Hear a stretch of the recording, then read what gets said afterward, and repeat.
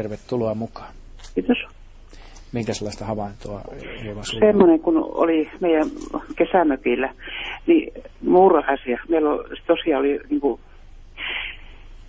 muurahaiset tuli meidän kesämökkiin, semmoinen vanha rakennus sinne, niin tuli päällekkäin ja muurahaiset. Missä päin teidän kesämökki sijaitsee? No, Ruotinkylällä. Anteeksi? Ruotinkylällä, joo. Niin tuli, täällä tosiaan tuli, niin kaikki päällekkäin. Joo. Että mitä tarkoittaa semmoinen, mä en ikänä ymmärtänyt itse, että mitä tarkoittaa tämmöinen. Muurahaiset päällekkäin. Joo. Eli meillä on semmoinen, oli niin kuin heinää, vaikka meidän kesämökillä oli heinää, mutta ne muurahaiset tuli tosiaan niin päällekkäisiä. Voisitko vähän kuvailla, millä tavalla ne oli päällekkäin? Siis päällekkäin, mutta... Eli siellä oli semmoinen niin kuin vanha rakennus, oli rakentti uusi, mutta niin ne muurahaiset tuli sinne päällekkäin. Kaikki on niin kuin muurahaiset päällekkäin. Monessako kerroksessa niitä muurahaisia oli? No aika monessa kerroksessa. Tosiaankin olivat. Mä ihmettelin, että mitä tämä tarkoittaa tämmöinen. Jaha. Kun meillä ei niinku ollut semmoista, missä yleensä muurahaispesät on, niin ne vaan tulivat sinne ja ne vaan tekivät sinne, ne vaan kaikki muurahaiset päällekkäin. Mä koskaan en ymmärtänyt. Missä ne oli päällekkäin? Eli ne muurahaiset oli päällekkäin siellä.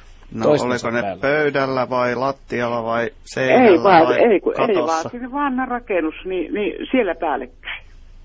Lattialla. Ei mikään lattia ollut kuin vanha rakennus. Joo.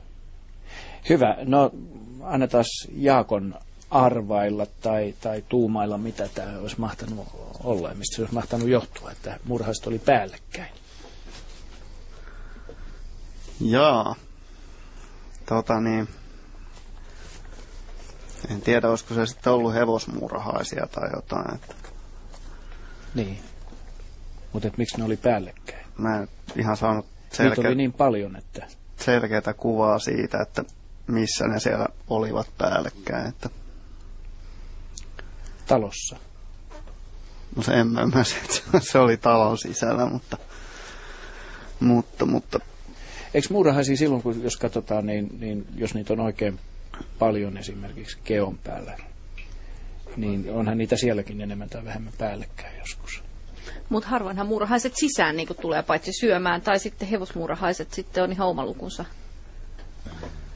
niin ehkä tässä puhuttiin sitten siitä, että siellä oli paljon hevosmuurahaisia, mutta ei nyt ihan auennut meikäläiselle tämä kuvaus, että Kyllä ainakin lentomuurahaiset siinä vaiheessa, kun ne lähtee sieltä pesästä, niitä voi olla tosiaan röykkiöittäin, siis päällekkäinkin siinä pesän lähistöllä, ennen kuin ne lähtevät sitten sille parittelulennolle, vai miksikään Jaska sitä kutsuisi. Joo, mutta silloin niitä voi olla tosiaan kerroksittain jossain lähellä sitä pesän tuloaukkoa. Se voi olla rakennuksen nurkassa tai seinustalla tai missä tahansa. Että kyllä mäkin olen nähnyt tämmöisen ryhmäsession kyllä muurahaisilla. Jos ne oli nyt talon sisällä, niin mä veikkaan, että ilmeisesti ne on sitten ollut, niitä on ollut vaan paljon seinillä ja niin poispäin. Että se voi olla myöskin, että ne on ollut lentoa lähdössä sitten väärältä puolelta valitettavasti.